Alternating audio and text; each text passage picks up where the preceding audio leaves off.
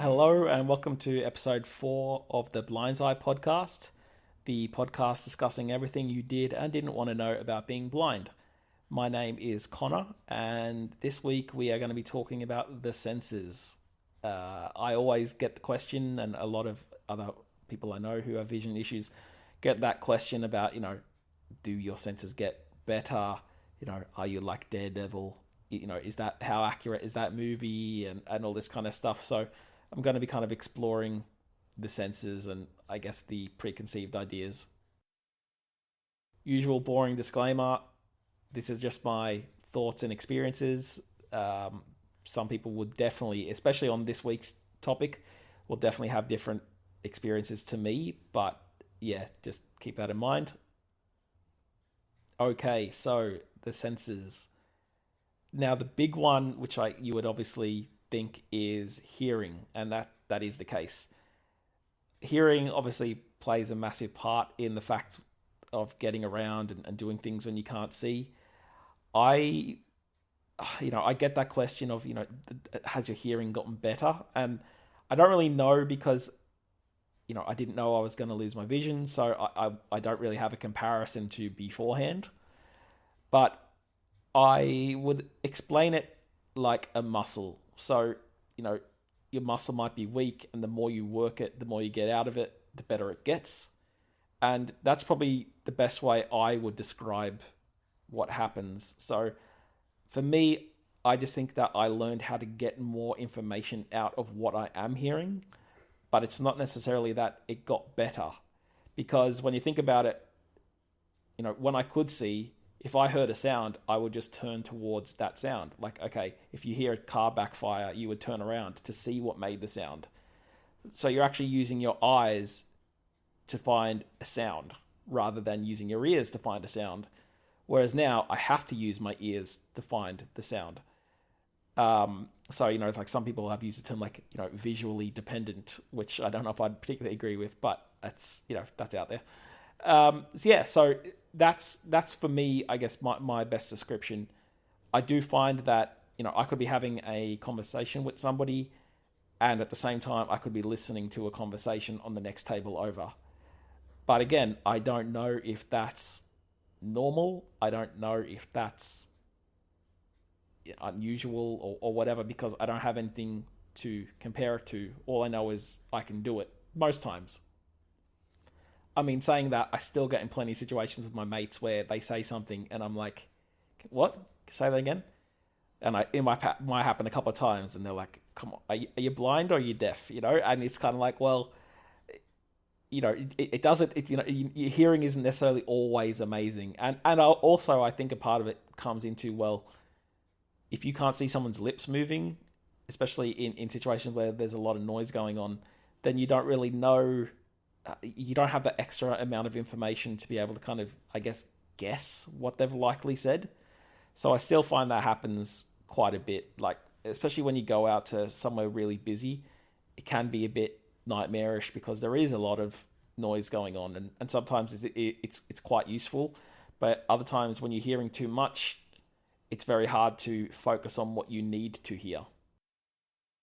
There is a thing called echolocation, which is essentially kind of like sonar, where people who can't see are able to hear things bouncing off objects around them more so than others.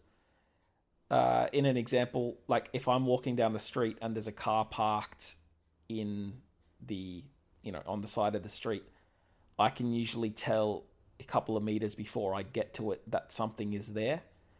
Now, I wouldn't be able to tell it was definitely a car or it was a truck or whatever, but I can just tell that the sounds are bouncing off something nearby in front of me, and that is enough to tell me I need to slow down a bit. And that comes in really useful.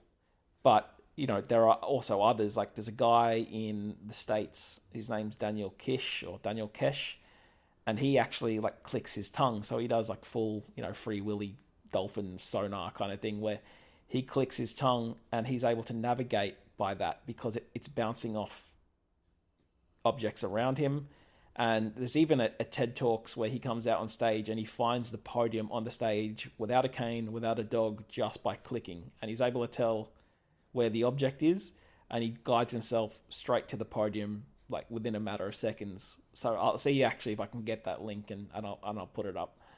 But yeah, that's how that works. I'm not great at it, but especially in situations where, there's like I said, like there's a car in the side of the road, that's when it does come in really handy. Or you might be standing somewhere and you can kind of hear maybe there's like a wall nearby, so there's something you can lean against.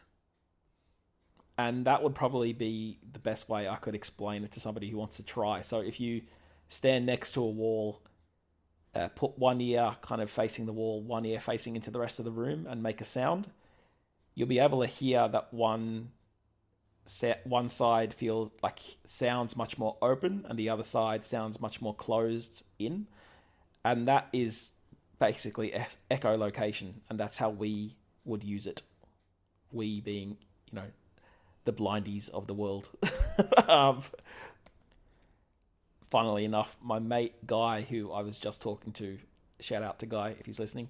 I remember like one day, this like years ago, we were in the local swimming pool and we were moving down the other end. And obviously, you're inside, there's a lot of noise bouncing around. There's kids yelling and screaming and laughing and stuff.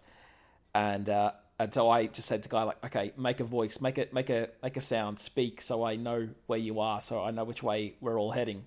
And so Guy just goes, voice, voice, voice, because he doesn't know what else to say.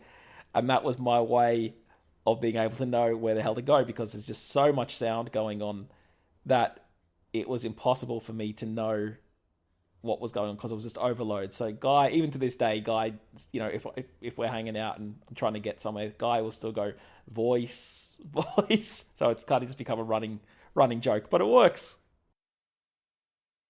So for me, in terms of smell and taste, I'm shocking. So I don't have a very wide food palette. So taste for me is probably not that great. Yeah, I'm not that elaborate. Sometimes I don't really know what's going on. So I don't know if that, I don't know how much of a difference there is in terms of taste for others. I do know with some people, like my friend, you could walk into the room and, you had a banana bread 15 minutes ago and he'll go, oh, you had banana bread. Whereas he'd walk into the room and he could have something in his hand and I still wouldn't know what he had. So I don't know how much of that is vision related, but it just goes to show that stereotype of, all your senses get better, especially isn't true, at least in my case. But I don't know if that makes me weird or the exception to the rule or whatever, but that's what happens with me. Whereas like with him, somebody can walk into the room and they could have something in their hand and he would know, or, he would hear the way something ruffles, like that they'd be wearing a different kind of dress, or what kind of perfume they're wearing, or deodorant, stuff like that. Whereas for me, I don't know, maybe I'm just too self-absorbed or something, but I wouldn't notice any of that stuff. The other really big one, which we rely on, apart from hearing, would be touch.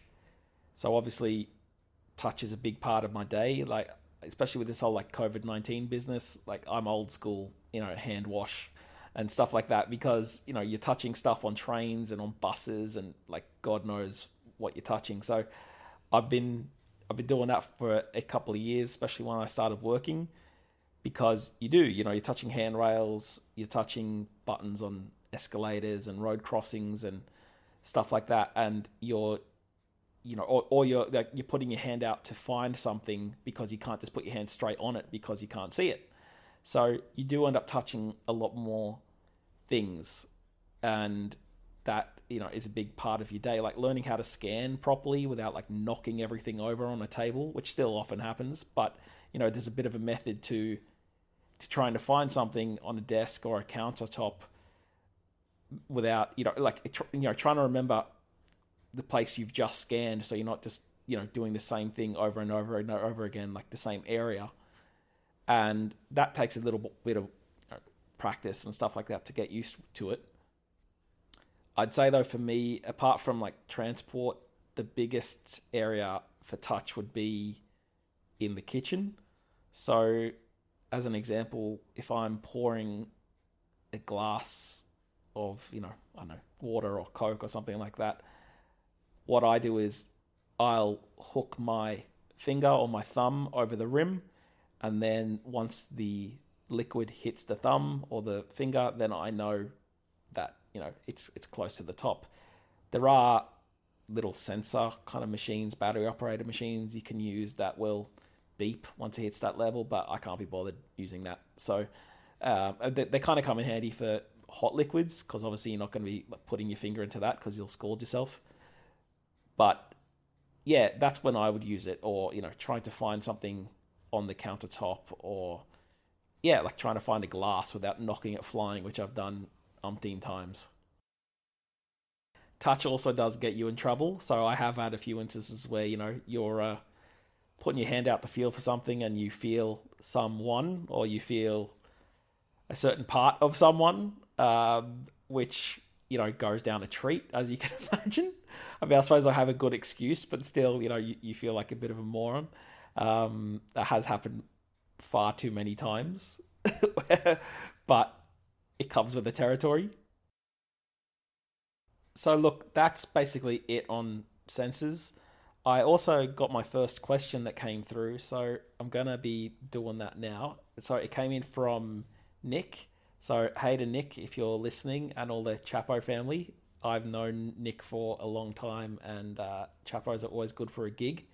So Nick asked if I ever get offended by, I guess, people underestimating my abilities. Like, he was talking about a gig we went to, and we had to leg it up some stairs to try and get to the show, and he was just kind of surprised or amazed, for the lack of a better word, of my ability to get up the stairs quicker than he thought I was going to be able to. So he asks, if I get offended by people's underestimations or something like that.